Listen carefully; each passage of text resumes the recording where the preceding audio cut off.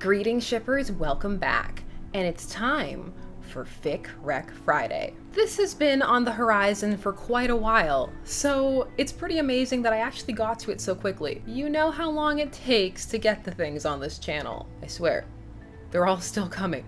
It's happening. Just turtle pace. The ships will still be there, I promise. So what exactly is Fic Rec Friday? Well, as the name would suggest, we're gonna wreck some fics. Basically, it's gonna be me going through some of my favorite fics and wrecking them for you. And yes, I only realized while editing how that sounds. Hilarious. Intriguing ones that made me think, just ones that I enjoy for a reason that I can't exactly discern. They're going to be shared with you. This can also be a fun place for an exchange, so feel free to share some of your favorite fics down below as well. Don't burn out though, because this is going to be a weekly thing. That's right, I said it. Now it has to be true. So what kind of fics can you expect to see here? Well, all kinds. It's going to be very eclectic, to say the least. We're going to deal with old fandoms, new fandoms, ships, non-ships, anything. So it's important to say for those who are new here, or just in general to establish what it's going to look like, that we're going to be covering a wide array of things. So we're going to talk about ships that people could see as conflicting, some themes that people might deem to be problematic, all kinds of different stuff. So of course, please remember that this is a space to express one's enthusiasm and enjoyment of fandom. Of course, one doesn't have to like everything, but that doesn't mean that this is a space for bashing or shaming. If something doesn't seem like it's for you, well then hopefully one of the other recs will, and there's no reason to belittle or come for anybody who seems to find it interesting. Different strokes for different folks. And of course, ship and let's ship. And also, don't worry if you haven't seen a certain type of pairing or a certain trope or anything crop up. There's gonna be a lot of these. We're going to get to a lot of different fics. Also, it must be noted that just because I rec a fic or somebody in the comments does, that doesn't necessarily tell you anything about how they feel about that particular pairing or trope. It's quite possible to read fics for couples that you do not ship, or for tropes that are not necessarily your favorite. For a lot of fans, it simply comes down to what is an interesting narrative, which is again part of the reason why you're going to see so many different things here. In short, as always, one should not look to one person's apparent likes or dislikes as a way to validate their own, or devalidate them. Simply enjoy and own your fandom. We're gonna keep these short and sweet. Well, shortish in comparison to some of my other vids. Just a bit of a bite-sized sampling so you're not overwhelmed. Remember, the more choices you have, the less likely it is that you're going to pick anything. It's true. So, with all of that out of the way, let's get to our first ever Fic Rec Friday. Also, I know we did a Cherix Rex list, but that was different. This is different. We're going to start things off in a fandom we haven't actually talked about before on this channel. We're gonna hop over to the Watchmen fandom. The Watchmen was a graphic novel written by Alan Moore. While he may not care for that terminology based on its structure, formatting, and contents, that is what it is. But for all intents and purposes, whatever its name may be, that has not really impacted its placement within the genre's history or within the fandom. So yes, there may be some of you who are intrigued by the fact that the Watchmen has ships at all. But indeed it does, and a decently active fandom. Probably one to become more active at the time of this recording because there is an upcoming Watchmen show on the horizon. But one will see how all of that pans out. For now, we're going to be looking at A Host of Seraphim by Sermo Sonare, which is potentially pronounced differently. This is an older fic that takes us back to the early 2010s, and it is 4 chapters long. So let's do a brief synopsis and address any relevant tags or triggers that might put people off or get people interested. This fic operates under the assumption that is held by many in the fandom, the headcanon as it were, that Dan Dryberg is Adrian Veidt's only true friend. Mileage varies, as some people feel that Veidt has no personal ties, but others feel that he did indeed have a soft spot for Dan. This was amplified post the film adaptation. So because of that, you will find a decent amount of fics dealing either with their friendship or pairing them romantically. This happens to be one of the latter, and it happens to be a slow burn. Well, a relatively slow burn. As slow as it can be with 4 chapters. The fic deals with Dan getting a sudden call from Adrian in the middle of the night that he has to come over. And of course, as Adrian is Ozymandias, he is understandably concerned why he would be called at all. So, when he gets there, he's quite shocked to discover that Adrian has grown wings. That's right, this is a Wingfic. We're starting off by diving right in there, right into the tropes. Wingfic. There you go. The rest of the fic deals with the repercussions, the fallout, and exactly why this occurred. Warnings include, well, Wingfic, if you don't enjoy those, a little bit of gore, some brief consternation for those who don't like to stretch their beliefs so much when it comes to science, and it must be noted that this fic is not rated G.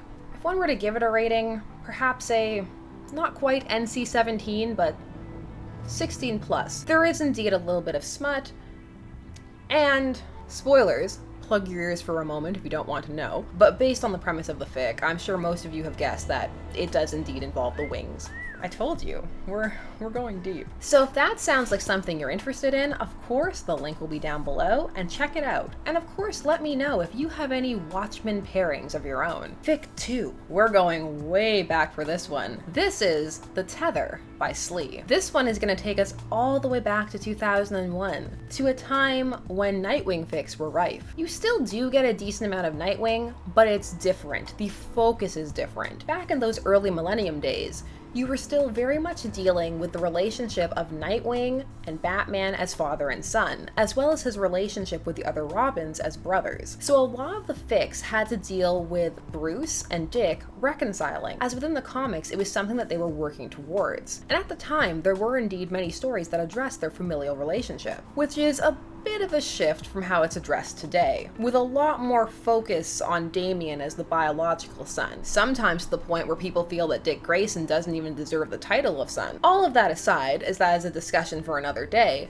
this fic deals with Nightwing and Robin, Tim Drake, out on patrol. They're out there, patrolling the dangerous city streets, when all of a sudden, Nightwing is injured. Seriously injured. And that means it's a race against time. Can he be saved? What are everybody's reactions?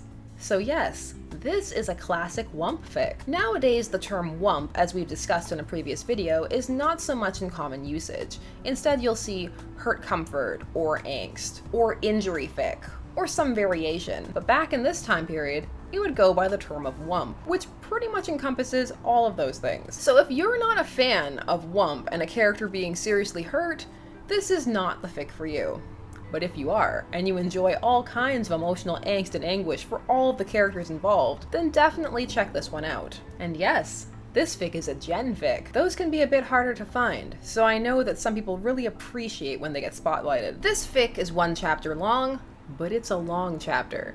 Its 1 chapter is comparable to many other fics 8 or 9, so if you're interested, sit back and enjoy the Whump. Next up, we're gonna leave the superheroes alone for a moment, and let's beam on over to the Star Trek fandom. This is A Problem of Phonetics by D.G. Fletcher. This fic is a Garashir fic.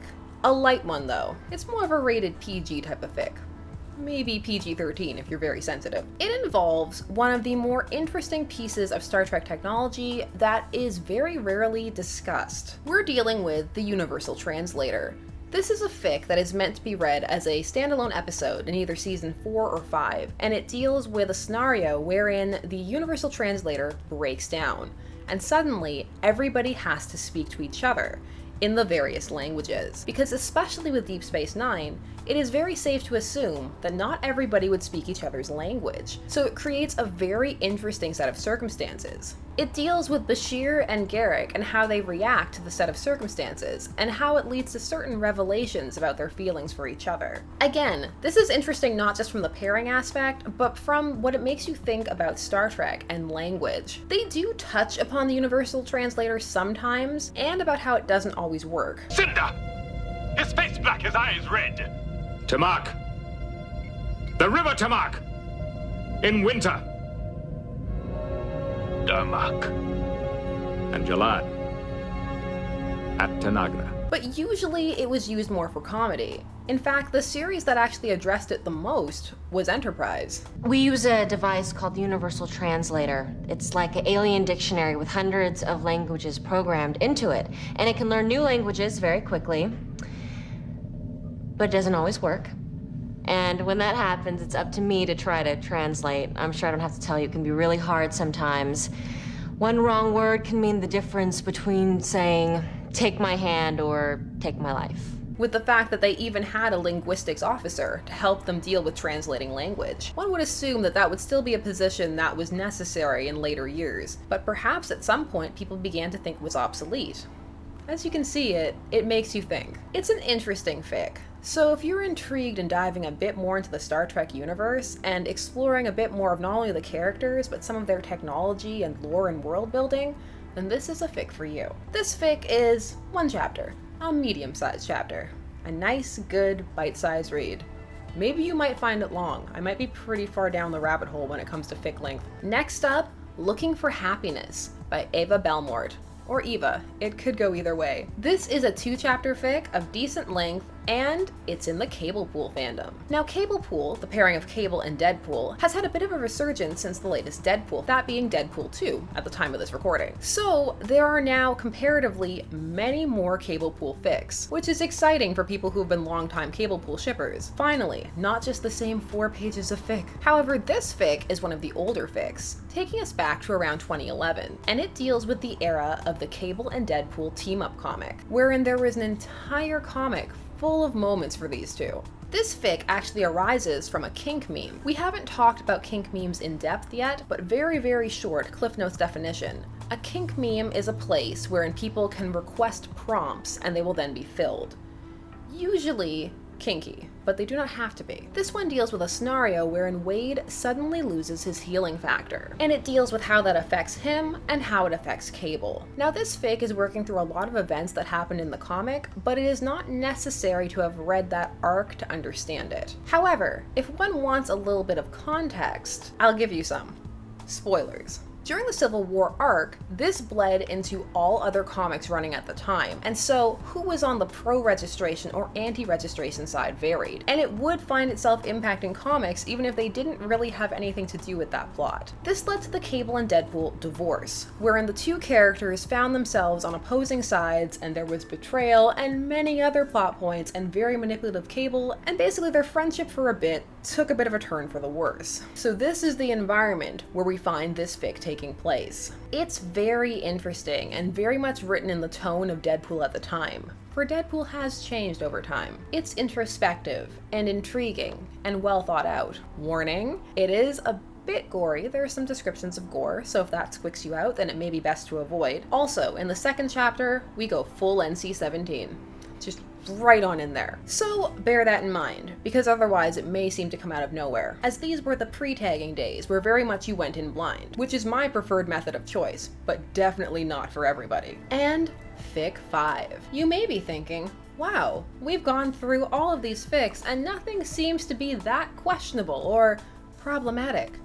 Well, get ready, because I saved it all for Fic 5. Fic 5 takes us over to the Baccano fandom. Now this anime, manga, or series of light novels is very difficult to talk about without spoiling it. It's told in a non-linear fashion and is also mystery-based, so there's a lot going on. The pairing we're going to be talking about for This Is a Pairing fic is between Luck Gandor and Dallas Genoward. For those who've seen the series, you know that it could also be named Where in the World is Dallas Genoward? So in order to discuss this, we're going to have to deal with some spoilers. Firstly, I'll give you some basics. This fic is called Deal with the Devil by Chi-Chi Renota. It's one chapter, but it's a massive chapter. And some tags, as it were.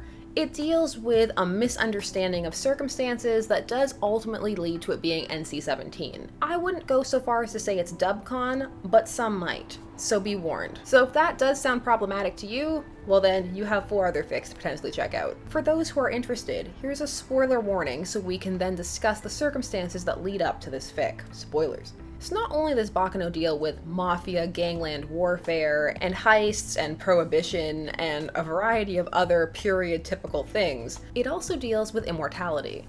A lot of the characters find themselves becoming immortal as this goes on. 2 of those in question are Luck and Dallas. And this matters because their relationship is very fraught. It is not on the best of terms. And despite this, there's a bit of a snark factor there, which is why some people gravitate towards this as a ship. And because of the series premise, it becomes rife for one to find a way to get these two together. And it can be very creative.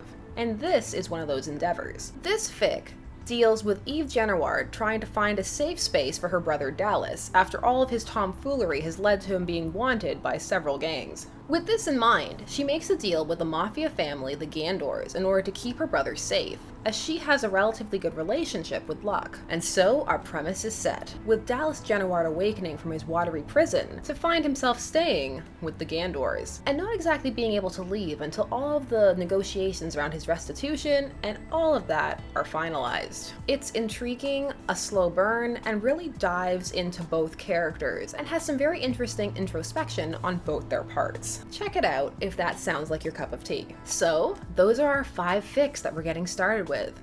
Hopefully at least one sounded interesting to you, and if not, we'll be back again with even more fics. Please feel free to rec some of your own down below. Again, don't over-rec, because we're going to be doing this for quite a while. If I end up using one of your recs in a future recs video, I will of course put your comment down that beautiful little comment box. It's not a real box, but that sounds better than saying at the bottom of the screen. I hope you found this enjoyable, and we have so many more vids coming soon. There's just a lot that we can talk about on this channel, and it thrills me, for fandom is so wide and so encompassing and has so many wonderful things to talk about that not everybody knows about.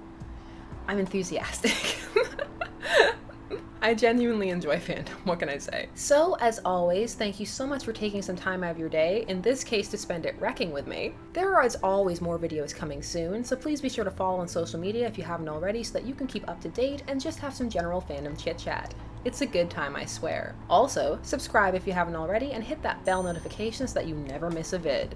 And until next time, let's get to the outro. Bye-bye. This has been Shipper's Guide to the Galaxy. Don't forget to like, share, comment, and subscribe. Special thanks to all of my patrons, names on the side. And as always, stay tuned, for there are as many ships out there as there are stars in the sky.